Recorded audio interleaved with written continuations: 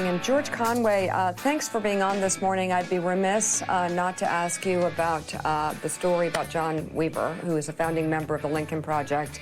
21 men accusing him of online harassment. I didn't know John very well. I frankly only spoke to him a couple of times on the phone early on in the Lincoln Project. It leaves me speechless, frankly.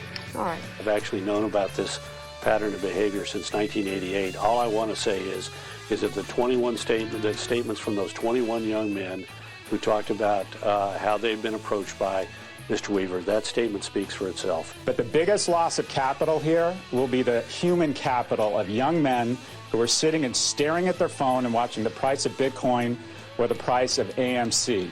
And ask yourself, would you be better off taking that 1, 2, or 3 hours a day and working out, trying to form relationships with mentors, with romantic relationships, with people at work? I think I'd rather hang out with John Weaver than that last guy. Oh, man. You know what? I'm in a good mood today, Allison. I'm not going to let anything bother me. We're having a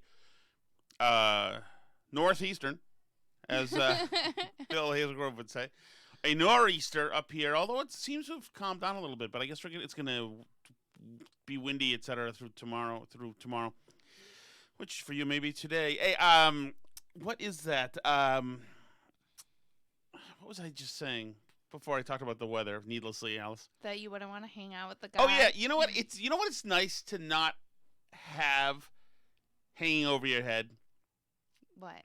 It's nice to not have 27 complaints by young men that you were trying to have sex with them.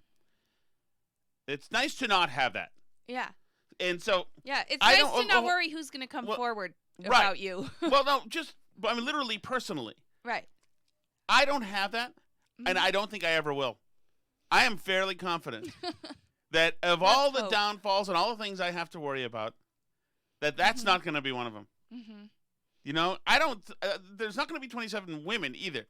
There certainly could be a good, healthy handful of women to talk about my low character. There's no doubt about that. Including my you, yes. Me, wait. But it's just nice. You know, there was one time we got in trouble in school, and with the police in Winchester, and a friend of mine had just done something stupid. And so the police like came and a friend of mine had bullied a kid essentially. Mm-hmm. Essentially. I don't know. Anyway, okay, we'll get to the point. It doesn't matter. Anyway, I didn't do anything, but I happened to be around, so I was collared and the thing. Mm-hmm. And so the cop stopped and talked to us and said, hey, you guys can't do this, whatever. We talked to this kid and whatever. And I was really, I was scared to death. And then they said that they'd be talking to our parents, and my mother was home, and I said, I had this horrible feeling that I was in trouble, and I was going to be in trouble, even though I didn't do it. I wasn't even the one that did anything, but this idiot, and you know who you are, did something. And although it wasn't as egregious as they can do, it doesn't matter. But anyway, that horrible feeling that the shoe was about to drop because you just screwed up, or like in broadcasting, you know, sometimes there was one time when one of the hosts and I had a little funny conversation that is absolutely would have gotten us fired, and we were just waiting. And the Globe called up and said, "Did you guys say this stuff?" It was just we were working blue that day for some reason, and we said we blew off the reporter. We're like, it's only a matter of time before we're fired here for this having happened. And it's like it's scary. You're like, it's nice to not have that, and that's a great thing about getting older and being. I had it more when I was younger because I used to screw up more when I was younger. But it's nice. There's no chance. It's like the Mad Men episode when Don Draper is hanging out with the stoners, and the guy, the stoner says his Draper's leaving in the morning. Says, "Hey, look out, dude! There's cops there." And he said, "I don't have to look out." It's just nice to not have to look out.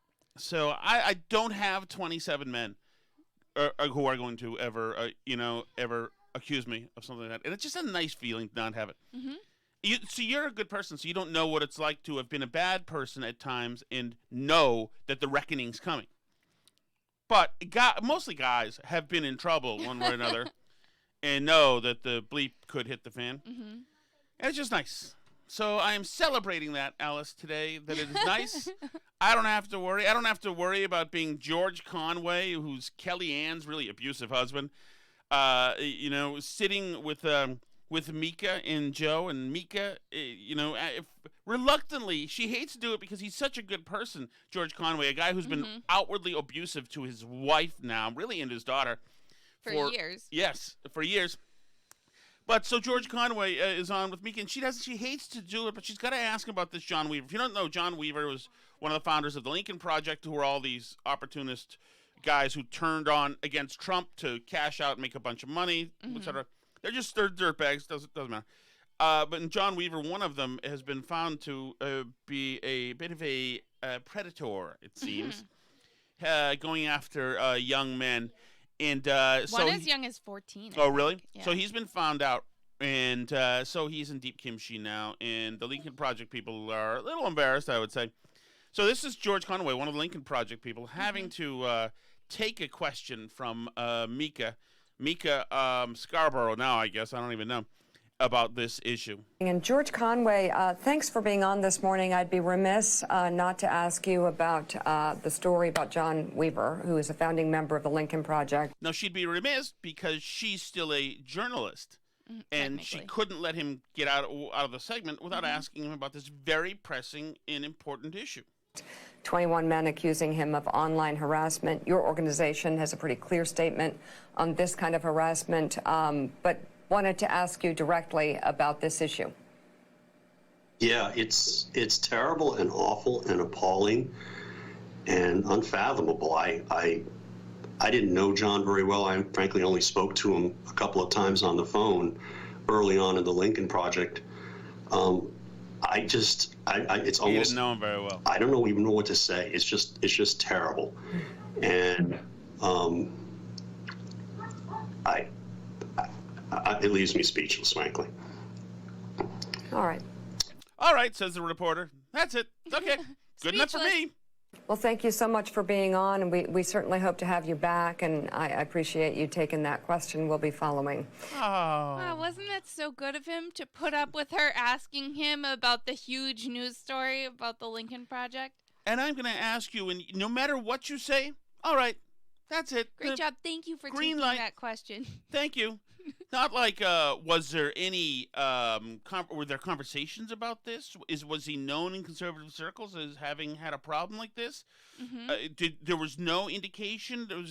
Did you ask for recommendations before you took him on in the Lincoln Project? Because some people did know. There was Well, I'm glad you say that. So let's go to some of the people that did know, Alice. Martha McCallum, who's been thrust down into daytime in Fox News, spoke with a panel including Karl Rove. Before I let you go, Karl, I want to ask you about a separate story here that's getting a lot of attention. How come the John Weaver questions always when they ask before they let them go? It's the very last thing. Attention today. The Lincoln Project it was founded basically to be a very strong anti-Trump organization and to paper social media and everywhere else with anti-Trump messages. John Weaver was one of the people who ran it. He has a lot of accusations against him from young men who call him a sexual predator. You mentioned this back in 2004, that this was a concern of yours. This isn't something that anybody really wants to be vindicated on, but it turns out that you were right.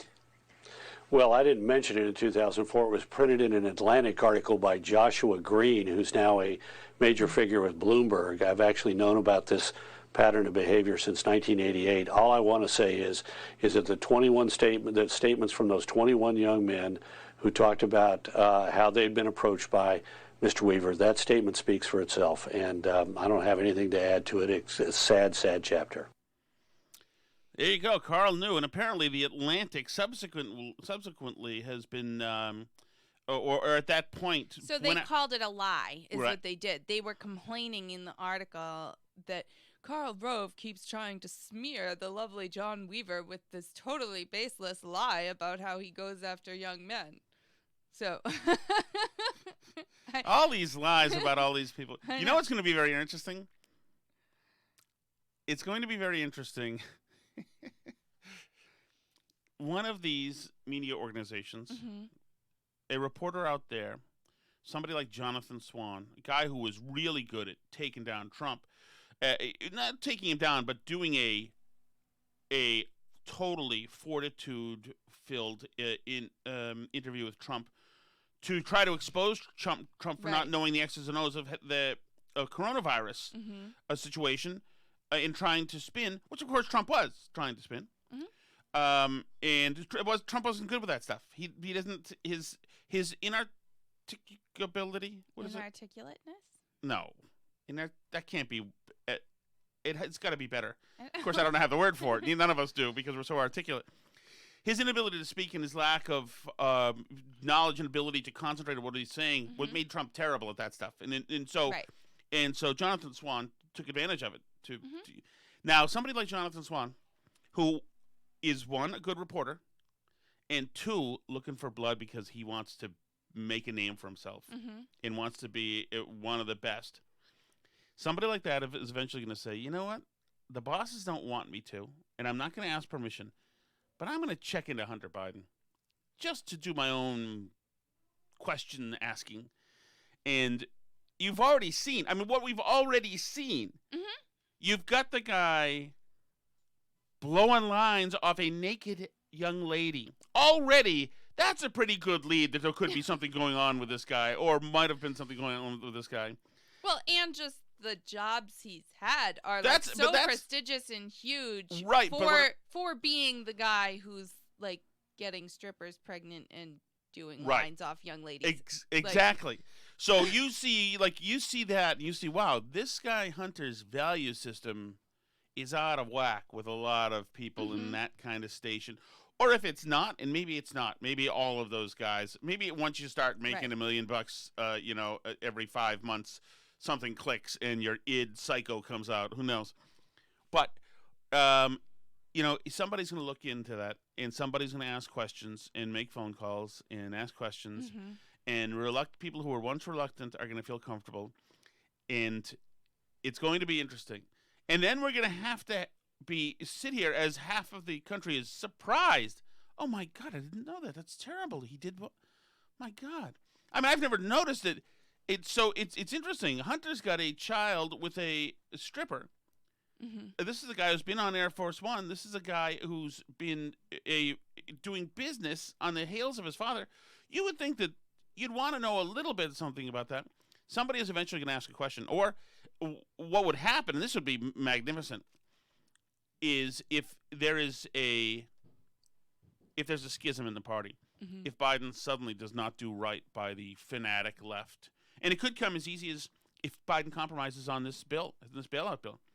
If he compromises, if he lets the Republicans toss out the minimum wage, that is... Or, there's Republicans that want to go after the direct payments, too, which I think would be seen as a really big betrayal because that was a really big campaign promise of him. Already there's a lot of people who are mad that he said $2,000 and he's only doing the $1,400 to bring it up to be an actual $2,000, And then, there's people that want to lower the cap. There's people that have been saying that part of what made the market so volatile during this GameStop stuff is that people had too much money to burn. And that we should stop giving it to them because they're screwing up the market because they have too much cheap money from the government. That's a narrative that's happening in the more corporate Wall Streety side of both parties, frankly, because it's sort of a cutting across party lines issue. It's a populist versus anti-populist issue, and there's this there's this faction of the party that we heard the eggheads talking about it over Christmas. Oh, the economy will overheat if we give the poor too much money during the pandemic. And, and they're just sitting on their sofa with their $600 that we gave them, and they are screwing things up for our very important work that we're trying to do here, betting on the stock market. Right. Well, let's go to one of those people right now, Alice, with a bigger conversation of the possible rift that could result in reporting that could happen. One of those gentlemen who I just saw today, because Dave Portnoy of Barstool Sports tweeted him out, Professor Scott Galloway, who is obviously an author. We're not surprised. He's a professor at UC Berkeley, and we're not surprised. And, of course, he's a perfect example of a coastal elite. This is his take on all of this GameStop nonsense. Maybe you're learning here. Maybe it's fun, fine. Maybe it's a movement. But be prepared to lose 80 to 90% of it. And if it's still worth it, then have at it. But the biggest loss of capital here will be the human capital of young men who are sitting and staring at their phone and watching the price of Bitcoin or the price of AMC. And ask yourself, would you be better off taking that 1, 2, or 3 hours a day and working out, trying to form relationships with mentors, with romantic relationships, with people at work, getting great at something so you can be the person on the other side of the trade? Well, can I read your crappy book on Kindle? Yes, absolutely. In that case, it's absolutely fine. Well, and, I mean, these people shut down the gyms, made dating illegal, kept everyone home. Which I'm sure Professor Scott Galloway is all for, right, by the way. Kept everyone home from work, said you can't see your family. Like, I mean, and then they're surprised that people are going to be online too much. I mean, really, come on. And it's also, he's also part of this faction of people creating this composite of who's doing this. Yeah. And it's his aimless 26-year-old kid who should be out there carpe dieming it, who's not. And there are some of those, no doubt, out there. But there are all sorts of folks, and on this and on this side of this is a culture battle here, and there are some rich people who are on the side of the Reddit folks too. I mean, that Reddit forum too is people who are into Wall Street. There's a lot of people who actually are Wall Street industry people who were involved in that. And I've said this before, but I don't think it gets enough attention because the narrative that's sort of come up around this thing. But largely this, I mean, people at home with $600 do not have enough money to put into the market to kill hedge funds. That was not something that happened. They certainly were a piece of what was going on here, but this was largely hedge fund on hedge fund violence that was going on, and some people just happened to get involved at the right time to make some money for themselves. And the narrative that's sprung up... Anson, can you take your brother out of here, please? The narrative that's sprung up is that, like, this is somehow something some 17-year-old kids did on the internet, which really isn't, like... I mean, there was definitely hedge fund money involved in raising the stock price, too. The volatility was not just from retail traders on Robinhood. That's absolutely ridiculous to even say that. They just don't, they're not enough of the money in the market to drive I don't know if things that's true. I think it's absolutely true. That's not what I heard today from some stock guy saying that there are so many of these users, the small dollar players, that a lot of these billion-dollar companies couldn't keep up with them. Well, Robinhood can't. So the problem at Robinhood is that... By the way, there's no problem at Robinhood. We endorse them fully, Alice. As you know, I am now a stockbroker. I let Tom put $30 in Robinhood. Correct. My application is pending currently. Hopefully they're not running a credit check. Well, yeah, but this is the thing, right, is that Robinhood was, and it seems like they've tightened it up a bit now, they were letting you start to trade before your initial deposit had cleared. So that's money that, from Robinhood's perspective as an organization, they have to be backing that money. If something goes wrong and you put a stop payment on your bank payment because your investment lost 90% of its value, then, they're responsible for that money. So they need to back these trades that they're making because they're making them for you on your behalf, basically.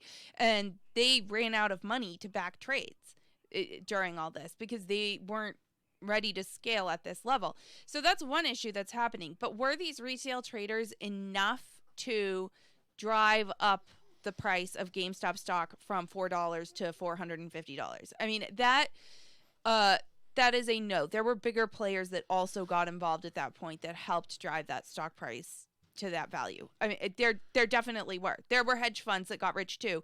I mean, the guy who initially, I told everybody initially his name's Roaring Kitty. Now he has profiles in every big newspaper. But Roaring Kitty, he initially put $50,000 into this stock. That's not chump change. Right. I mean, that's the $600 stimulus didn't make a difference to Roaring Kitty. Okay. So while but my point, I guess, is that yes, there are a lot of small dollar people like Tom Shannock who just put $30 into Robinhood, and those add up to something. But there were also a lot of people, real Wall Street people, also watch the Wall Street Bets forum, and they're trying to make money too. So why wouldn't they then go buy GameStop stock if this is the whole narrative around it? You know, that's the... Right. So, yes, correct. And I'm going to get back to Scott Galloway now. The greatest loss in capital here is from young men who are more prone to gambling addiction, who don't understand the markets. I think we are setting ourselves up similar to how there's a ton of young women out there who became very depressed by sitting in their rooms looking at Instagram. Self-cutting and self-harm skyrocket. I think you are going to see an explosion in young male depression, and I think a lot of it is going to be reverse engineered to apps that convince you you're part of a movement or physically addict you to your phone. Ask yourself, would your time staring at Robinhood be better spent somewhere else? That is the real capital destruction that is taking place here. Part of a movement. Were we all encouraged to be part of a movement this summer? Yeah, I would say so. A largely social media driven movement. Right. And I think Scott Galloway was fine with that. Incredible. You know what's crazy? This guy, he needed to go and talk. No, I need to get involved with this. Things that are normal and have always been are now a little different. No, put the things back that always were like they used to be always. This is the guy who probably denigrates, Wall Street types left and right. Mm-hmm. No, something changed and it has to go back the way it was right now. It just has to, because put it back how it was. What's this with people going and getting into something and having fun with their own freedom and money and own resources like that? No. This needs to stop. These young men, now I'm worried about their mental health. They're not doing the right thing on their phones anymore. Right. The real problem is that they're addicted to their phones. See? Too much screen time. If that's not weird parental government, then I don't know what is. But one thing is true, Alice. Let's go back to that, actually. And go back to the idea that people like this, UC Berkeley, huge purveyors of lockdowns, huge, rooters for regulations with this, just for the hell of it. Like I told you, I just talked to somebody a couple of days ago who said that if they saw somebody walking outside without a mask, he'd sure as hell go up to them and tell them to put a damn mask on. You got people in Berkeley, California. Yeah. You've got the cops chasing surfers and all these stupid things that they're doing. And it's harmful. And at the same time, absolutely fine with what the teachers' unions are doing. Absolutely fine. And it's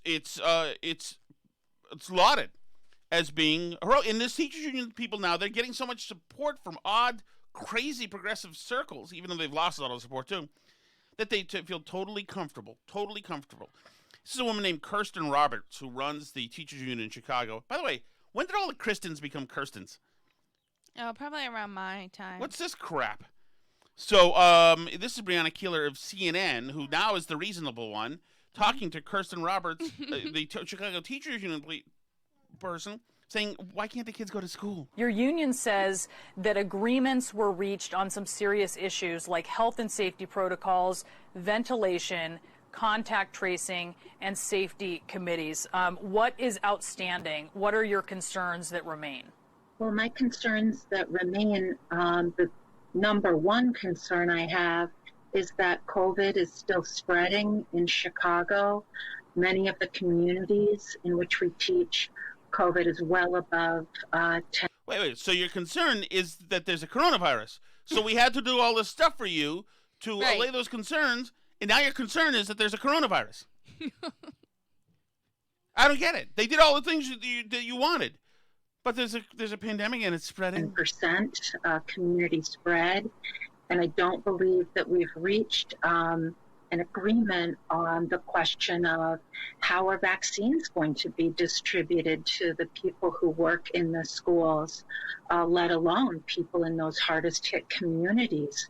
We really have not. Tethering themselves to the people in the hardest hit communities. There was one, I'm not going to remember which state it was. This was a while ago. There was one state where one of the big school districts demanded, it might have been one of the California ones, like LA or San Francisco or somewhere, but they, the teachers union demanded that the teachers be added to like the top priority for the vaccine.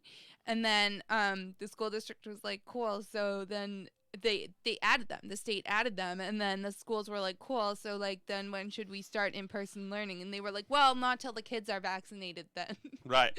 Like, wait, why are we vaccinating you? Because you're not planning to go to work even if we vaccinate you. We might as well leave you to last with the children then. But also, last March we believed that we wouldn't see a vaccine for 2 years. Mm-hmm. So was Kirsten Roberts prepared to not be in the classroom for 2 years since the vaccine?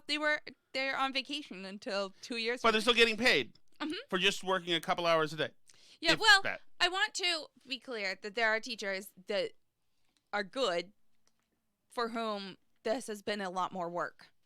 Right? Because if you're going to do a good job at the remote thing, but we're not. You have to put unions, a lot more. It's not the teachers. Right. It's the unions. It's not the teachers. But this situation is harder for the good teachers and harder for the kids. Like, it's worse for teachers, too. A lot of them are doing more work than they would be if they just got to go to school and be in the classroom, because they have to, like, individualize so much and deal with so many problems that kids are having because they're not in the classroom, and explaining things to kids separately and all that stuff. Like, you don't normally have to do like individual one-on-one meetings with every student, and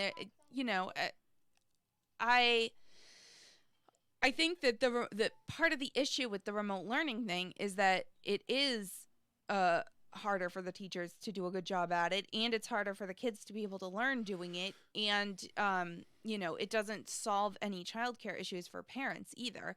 And so it's interesting because I think that there's a lot of talk about like how much work from home will stick around after the pandemic has sort of worked its way into history. But I think that this situation with the schools is going to do a lot more to impact the work from home situation for a lot of people, because you just can't. If your kids have to be in your house all day, then you can't have both adults leave and go to work. Right.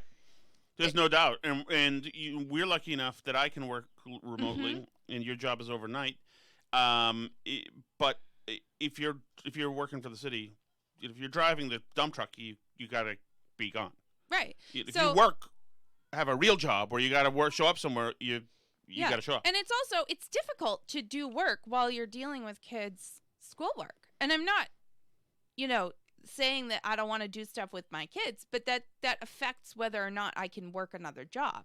So if you want people to be going and working another job or going into the office every day, if you want work from home to be over, then you're going to have to put the schools back in action. Well, I mean, this goes to the never-ending motto that we need our teachers. We absolutely need them. They're so crucial for our kids. We absolutely need them. So when they tell us 2 years from now, you absolutely need us. Yeah. We'll be like, no, unless we don't. We absolutely needed you during the pandemic. That's when you could have stepped up. And now we've worked out ways to live without you because. Yes. And now we'd like that money for the new school back, if you don't mind, because we don't need it. So it's interesting because, we're homeschooling, but our district is doing hybrid learning, which to me, like, I don't understand how that's supposed to help with the pandemic, other than the fact that you have a smaller number of kids in the classroom. The kids go every other day. So half the kids go Monday, Wednesday, and Wednesday, Friday, and half go Tuesday, Thursday. And then Mondays, everybody's home or whatever. But then the teachers are exposed to all the kids once every 2 days. So, I mean, like, I kind of understand a week on, a week off, because then, like, the teachers aren't exposed to as many kids. But this just seems insane to me. Plus, you don't know who else they're seeing on the other days. If they have parents that work, they're seeing a whole different set of kids that they're now exposed to on the other days. Like, we know people that have to take their kids with them to work so that they can do remote learning in a remote learning childcare setting at work and be exposed to all those kids at their parents' work on the days when they're not at school. And then they come back to school the next day, and if they caught COVID from one of those kids at the other place where they were, now they're going to give it to all those people, give it to the teacher, and give it and the teacher's going to give it to the other set of kids who are in the classroom. It just makes absolutely no sense to me. It's not a pandemic mitigation strategy to have. Well, you're the not kids as smart doing as this. Kirsten Roberts, so. Reached agreement on the question of accommodations for people like myself. I live in a multi-generational household with my public school student, as well as my elderly parents. My mother has very serious health concerns and disabilities. Come so far in COVID, we see the vaccine like a light at the end of the tunnel. And the idea of exposing her now to this virus is terrifying. So I think those are two really big issues. Well, my feeling is Kirsten Roberts does not have to go into the classroom. She doesn't have to be a teacher this year. It's fine. I mean, go on unemployment. I'm sure that the union can work out a good deal for you, and that the Biden administration, there's take a leave of absence, whatever. There's balanced unemployment. There's like plenty of ways to handle this other than the fact that we still pay you to be a teacher and you don't show up. Like the other people that don't have an aged grandmother at home can go to work. How does that impact everybody else? And the fact that they're doing this now when all these other people are going to work, doctors and nurses are going to work, and, the grocery store people are going to work, all the people that work in Walmart or Home Depot or Lowe's or wherever are going to work, like all the transportation people are going to work. Front-facing people. The people that drive the snow plows are going to work. The people that do garbage trucks are going to work. Cops are going to work. Why? I don't understand why teachers are the only people in America who don't have to go to work right now. Right. Yeah, and also at a time. I don't understand. At a time where it is absolutely affecting the mental well-being and physical well-being, unfortunately, of young people, the kids who need them the most. Mm-hmm. And the unions are saying, "Sorry, kid. Better luck next time. Sucks to be you." And there's really, talk about equity. There is an equity problem because there are school districts in America that are just open. Particularly, there are a lot of private schools that are open. There are a lot of charter schools that are open. There are a lot of places where schools are just continuing on. And there are a lot of places, we have hybrid here, but there are a lot of places where schools have not been in person for a year now. There's been no in-person school. And, there are parents in those places that are trying to do the right thing about the pandemic and everything and have an only child, and their kid has been locked up and not seen another child in a year. That is ridiculous. It's abusive. Yes. Yes, and that, because there's politics behind it, the people who need to be telling the stories aren't telling the stories, but I think that dam is breaking.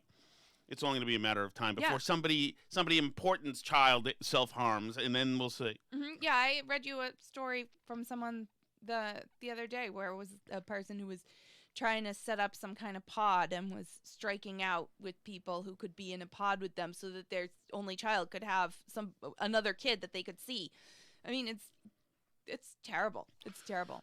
All right, I'm going to move on here, Alice, to something. It was in some of the most amazing 4 minutes that I've ever seen. Okay. And every once in a while, a barometer comes along that shows you exactly where you are on something. And today I saw something that showed me that we'd hit, I believe, the floor. We've actually bottomed out, like the stock price of GameSmart or GameStop or AMC. Mm-hmm. I think we've hit rock bottom when it comes to absolute stupidity. And I heard this concert, the symphony of stupidity today. I saw it, and I believe we're there. I believe we have hit the sea floor as this ship is careened down, broken and battered, to the bottom of the ocean. I believe we've hit the sea floor. Now, it has to do with something we were talking about yesterday. Remember,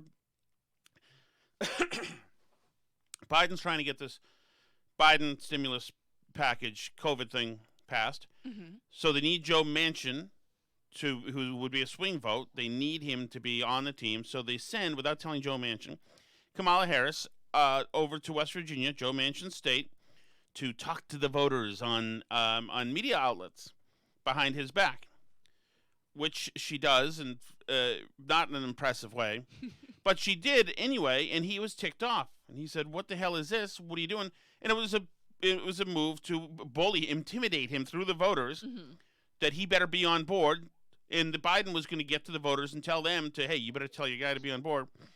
And it was really a disservice considering they're supposed to be political allies. And it was really a craven, cynical thing to do without even telling him. Yeah. You wouldn't do that. I mean, that's a backstabbing thing to do. Yeah. And so he's pissed off. And why do you think he should be angry? I mean, because I think it's very transparent what this move was meant to do. Because you never see the president or the vice president unless it's campaign season in New Hampshire or something. They're never going to these local small markets. When did you ever see Mike Pence on WHDH or something? Like, never. He's not reaching out to talk about they didn't reach out to talk about the tax cut bill. They didn't call up Boston Fox 25 and do an interview with Mike Pence. I mean, because it's weird. It's weird. So it's very transparent when you do that, when you do something that's that unusual and you go to exactly the two markets where the two swing vote senators live to talk up how great your bill is and how it's very, very important that it pass, hint, hint. It's very transparent what you're doing. And so the fact that you wouldn't even, ask to both go on and talk about it or something. Exactly. That you do an end around him and sneak in around him. And also, it's going to be a pain in the ass for him now because now you're going to have people saying, is it true that you're not going to support Kamala, that nice young lady's thing? And is it true? And he's got to deal with crap from his constituents based on a vote that hasn't happened yet, based on deliberations that haven't happened yet. Mm-hmm. And he's going to take that crap because they don't want to have they want to be able to bully him immediately without even having a discussion. They're trying to push him around, and he's pissed off because of it.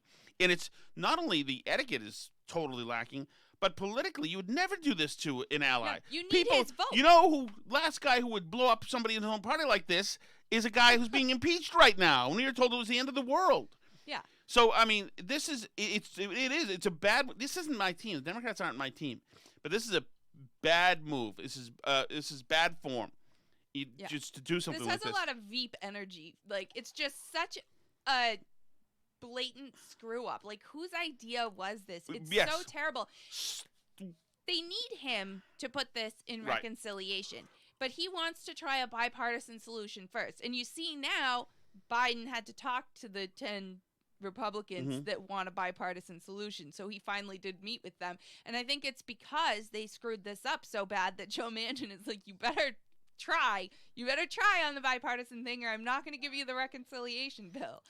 So now we get to the stupid. Mm-hmm. This is today's episode of The View. Okay. I'm afraid. Hosting this right now in a weird, it seems like, do I know anybody in Atlanta, Alice? No. Isn't Georgia in the news? Oh, could it be the QAnon congressperson? Could be. Okay, let me get it. Hold on. Hello? Hello? Hello? Hi, sir. This is Martin. How are you doing today? Good, Martin. What's going on? I'm doing very well, so thank you. Did you ever watch the TV show Martin with Martin Lawrence? Never. You've never seen that? Never. I only watch. Oh. I only watch Chota Bheem. Okay. All right. Thanks, Martin. Take it easy, man. I don't know what the call was about, else. I don't think he was in Atlanta. What? I think it's possible. So here we go. This is The View. This is Whoopi Goldberg is hosting. Immediately something's odd because Whoopi just seems like this is her first time doing it, but it's fine. It's okay. And I warn you, if you're listening right now, this amount of pure, uncut stupid going to your veins could be fatal. Here we go. Welcome back. Vice President Kamala Harris did an interview with the local West Virginia TV station to make the pitch for the new COVID stimulus package. And moderate Democrat Senator Joe Manchin was not happy he didn't get a heads up about it. Take a look. I saw it. I couldn't believe it. No one called me. We're going to try to find a bipartisan pathway forward. I think we need to, but we need to work together. That's not a way of working together, what was done. Okay, so let me just point this out. Joe, she is the vice president. She does not work for you. She doesn't need your permission to go do this. And when you talk like that, it sounds a little bigoted, like you think you have the right to tell her when. So where are we already? What has happened here? Somebody has hit retro rockets, and Whoopi has rocketed off to Klector 6 somewhere in the Andromeda strain. I don't know. She is not only fundamentally missed the point, but I don't know how she's on to him being a bigot all of a sudden. We're all aware. Did you not know that she was a vice president? I did know. I knew. Martin knew. Yeah. You know, everybody knows that she's a vice president. That's not the point, Whoopi. I think you're missing the point. Yeah, the point is that there are several different branches of government, and that Joe Biden and Kamala Harris don't run America. They need people in Congress to vote you don't. For them. You don't. And she can and cannot come someplace. So Republicans are offering less than a third of what President Biden requested. Less money for emergency employment benefits, smaller checks for individuals. So why would she need to come to you first, or would come to him first, Sonny, when she knows what she's supposed to be talking about? Well, here we go. And if you thought the stupid's going to stop, no, the lawyer is going to make things even dumber. You just said it, Whoopi. She doesn't need his permission. As vice president of the United States, she's actually, sort of president of the Senate, right? She breaks ties in the Senate. Dummies. Nobody's suggesting that this is even the argument we should be having right now. We realize that as a free citizen, and in her capacity as vice president, and as a woman, and as somebody over 5 feet tall, and as a Homo sapien, that she's allowed to go or do whatever the hell she wants. We all know that. Right. That's not the point. The point is that you torpedoed this guy, you backstabbed him, and it was not only a bad form moment and bad etiquette, it was a little mean, among other things. And stupid. Yeah, yes, and stupid, self-defeating. It's so much wrong with it. She's out on some TV station that had to power up just to put her on, and she starts yammering about landmines. And they're talking about that she has every right to. As a matter of fact, in some corners, she's known as the president of the Senate. Well, that's right, Sonny. Very good. And I'm sure she went and was interviewed at the behest of the president of the United States. I'm quite sure that she did not do that. This is excellent insight. This is excellent insight. Really? You don't think that maybe people know that she's doing it on behalf of the president and that's why they're annoyed? Duh. Yes, we know. We know that Joe sent her out there to pressure Joe Manchin and Kristen Sinema. We get it. Yes. Usually, anywhere the vice president is going to be is at the behest of the president. It wasn't. We know. David Ortiz didn't ask her to drop in. That without the request of the president of the United States. And I'm pretty sure that Senator Manchin knows that. And so I was actually. Yes, that's why he's pissed off. Yeah. He does know that. He knows that Biden sent her.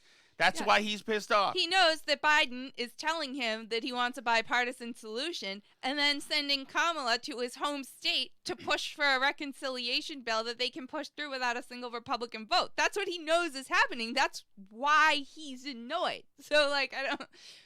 Is the producer of this show like a turtle or something?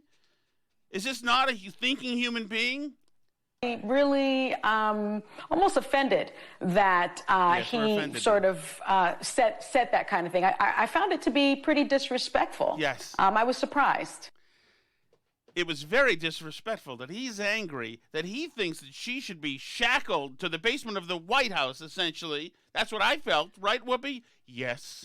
It was bigoted. What is wrong with these people? They're so addicted to being outraged that they walked right past the argument. Well, and it's projection. The left. The water's downstairs, Cyril. The left downstairs. sees race in every single interaction. They see race as the primary, race and gender as the primary defining characteristics of why people do what they do. Right. So when they see Joe Manchin react to Kamala in a negative way, like, it has to be because that's the first thing that comes to mind for them. They've stupided themselves. Yeah, I see. They think that everything's about race and gender. So obviously, like, Joe Manchin is mad at Kamala. Why could that be? Oh, it must be because she's a woman and she's black. That's why. Right, and she's powerful, and he can't handle that. And offensive. What'd you think, Joy? Well, Joe Manchin is a Democrat. See, so this is how we know this moment was so stupid, is that they're making Joy into a smart person.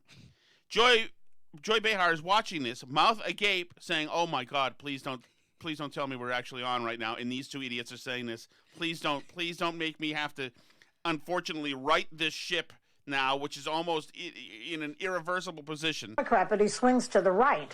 And at this moment in time, the Democrats need Joe Manchin more than Joe Manchin needs the Democrats, because he will always win in West Virginia. Take it in the middle right of now, you know what this sounds like to Whoopi and Sonny? Hate speech. It's pure static. Until she says racism, racist, white supremacist. No, they're not hearing any damn word of this. Road positions, and he's got an ego problem, I'll grant you that. There's a nod to Whoopi. Okay.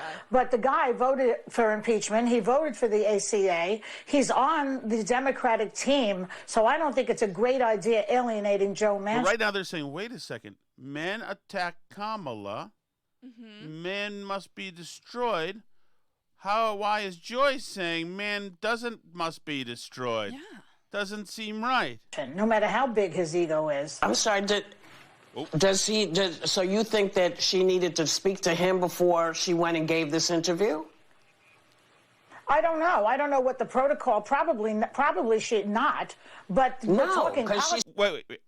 You saying, I just want to get this straight to make sure that something dastardly is happening here, because that's all I can react to.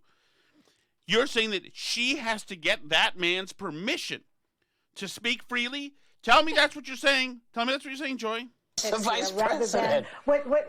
I get that, but we're talking about politics, and like I just said, the Democrats need Joe Manchin's vote. He has a lot of power right now in the Democratic Party. That's all I'm saying. But it's politics. She is the vice president. She's the vice president. He works for her. He has a vote. No, he doesn't.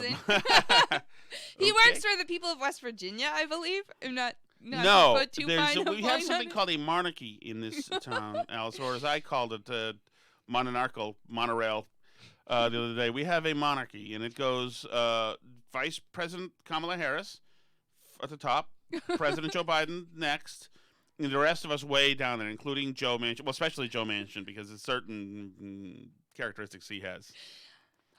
He works for her. What the frig are these people?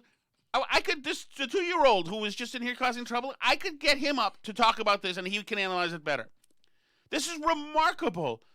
These people, they get paid a lot of money to think publicly for this kind of stuff? But he has a vote.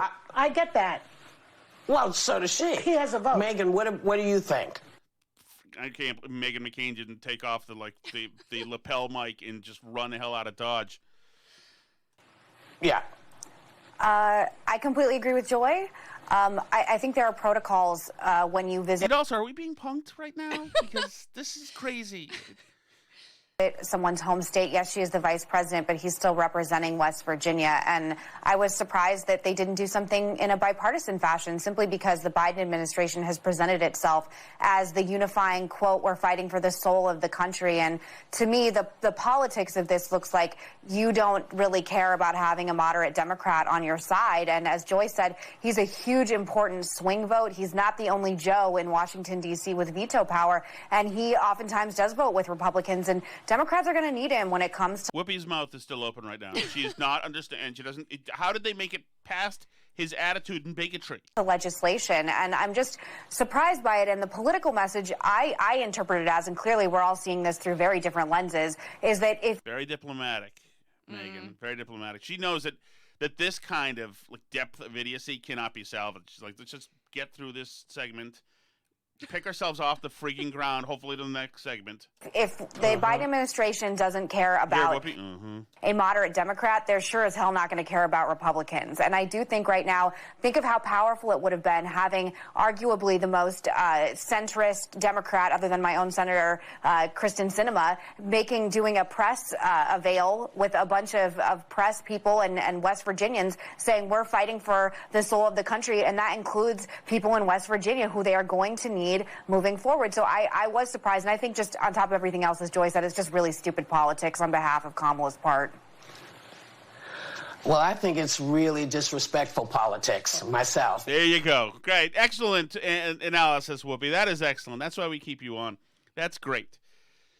So there you go. I apologize to everybody for making you dumber. Yeah, everybody's lost a lot of points off their SAT score today. So just so you know quickly, I have never seen, and I've seen a lot of, back when I was a kid, me and my brother were kids, you only had a few stations. So in the afternoons, on the news stations, 4, 5, and 7, whatever, that was just, it was news or adult stuff. It was nothing you'd want to watch as a kid. And sometimes there'd be nothing else on but Channel 2 or the PBS station. And so you'd see all these animal shows, and these animal shows would show, like, the vicious tiger catches an antelope and, like, beats the crap out of it. Right. And sometimes, like, you'd see these antelopes, like, running like madmen, and the cheetah comes out of nowhere, and it flanks the antelope, and they're going as much as they can. And then the cheetah, like, lurches, and it kills it and just rips it apart. And you see these ferocious animal scenes, and it's like, wow, nature is rough. I have never seen something so vicious as what happens when Daniel Dale hears that somebody is questioning something that Joe Biden said. If you're suggesting that Joe Biden, anything that he said is hypocritical or is not factual, Daniel Dale will maul you. President Joe Biden has signed dozens of executive orders, actions, and memorandums in his first 2 weeks in office. Some of his critics are arguing that, according to something Biden himself said in October, he is behaving like a dictator. That's not true. They're taking Biden out of context. That's not true. Shooting it down immediately. We've got Locke. All right, fire and ready. And welcome to our town hall with Joe Biden, Mr. Vice President. Here's what happened. During an ABC News town hall, host George Stephanopoulos asked Biden if it's smart to carry out his plan to raise taxes on wealthy people and corporations. Is it wise to do even that when the economy is as weak as it is right now? Another 900,000 Biden defended his plan, and then they had this exchange. So there's not going to be any delay on the tax increases? No, well, I got to get the votes. That's why, the one thing that I have this strange notion. We are a democracy. Some of my Republican friends and some of my Democratic friends even occasionally say, well, if you can't get the votes by executive order, you're going to do something. Things you can't do by executive order unless you're a dictator. We're a democracy. We need consensus. The key word there is things. Biden was saying, as he did at other moments of the campaign, that there are certain policies you can't impose via executive order. He didn't say that executive orders themselves are inherently dictator-like, and he didn't even say that doing a lot of executive orders. Well, which things, Daniel? Which things? Yeah. Can we define which ones go outside the bounds of executive power and which ones are definitely dictator-like? No, we won't be doing that. Is dictator-like. Now here's how some of Biden's critics describe the comment. Now, President Biden said you can't legislate by executive action unless you're a dictator. Well, in 1 week, he signed more than 30 unilateral actions, and working Americans are getting short shrift. Biden signed off on a record number of executive orders during his first week. But just 3 months ago, according to Biden himself, that's something only a dictator would do. That is just not an accurate depiction of what Biden said. In fact, Biden explicitly campaigned on doing a bunch of executive orders. The orders he signed so far on climate change, on reversing President Trump's ban on transgender people serving in the military, and on preserving the DACA immigration program were all orders he promised on his campaign website. Oh, what about the other ones, Daniel? What about all of the other orders? And it's also worth noting that many of Biden's executive orders simply reverse Trump executive orders that Biden's critics never complained about at the Well, wait a second then. But Trump's executive orders were bad because he was being a dictator. Constantly. I kept being told on Daniel Dale's network. Time. Today I'm about to sign 2 executive orders, and basically the best way to describe them, to undo the damage Trump has done. Now, Senator McConnell's office forcefully disagreed with our assessment that he was inaccurate here. Spokesman David Popp said that given that Biden spoke in this ABC town hall and generally on the campaign trail about the need for consensus and about the importance of working with Congress, nothing McConnell said was wrong. I just respectfully disagree. McConnell could have more fairly said, look, Biden called for consensus and is now doing a bunch of executive orders. It was just wrong, though, for McConnell to suggest that Biden is now meeting his own definition of dictator. Yeah, you can't have people throwing words like that around about people. Is Daniel Dale, by the way, suggesting that everyone here thinks Biden meant dictator completely literally, and that if you do too many executive orders in the United States, you literally are a dictator, and that McConnell is taking him literally and that is not factual. saying he's literally a dictator? Or was Biden making a general point that doing a lot of stuff by executive order and not seeking consensus and trying to get people on your side and working towards a compromise that a lot of people can get behind is sort of a dictatorial way of governing in a metaphorical sense? Well, Dale goes, when necessary, right to literal. So that's why when Joe Biden's his own man, they were suggesting he's not his own man. He is absolutely his own man. That's Joe Biden's physical being. It's carrying Joe Biden's brain. Joe Biden's intellect is inside that. So that is his own man. They can't say he's not his own man. He is absolutely his own man. That, then, is a fact. The same way he's not a dictator. Joe Biden is his own man. His campaign is run by Democrats, many of them conventional Democrats for many decades, and there are no shadowy figures. There are none. Literally, no figures that are shadowy around here.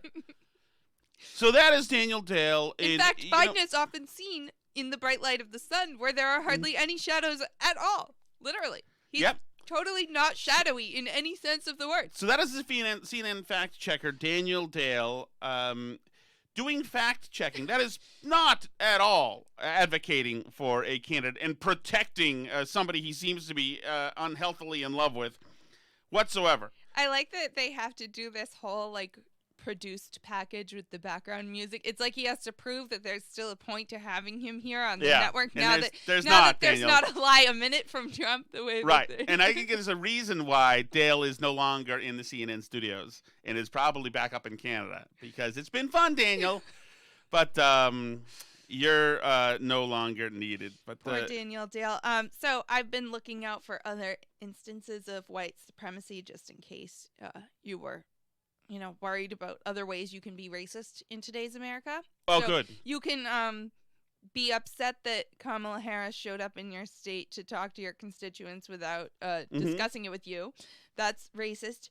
And you can also wear a heavy coat and hand-knit mittens to an inauguration in January.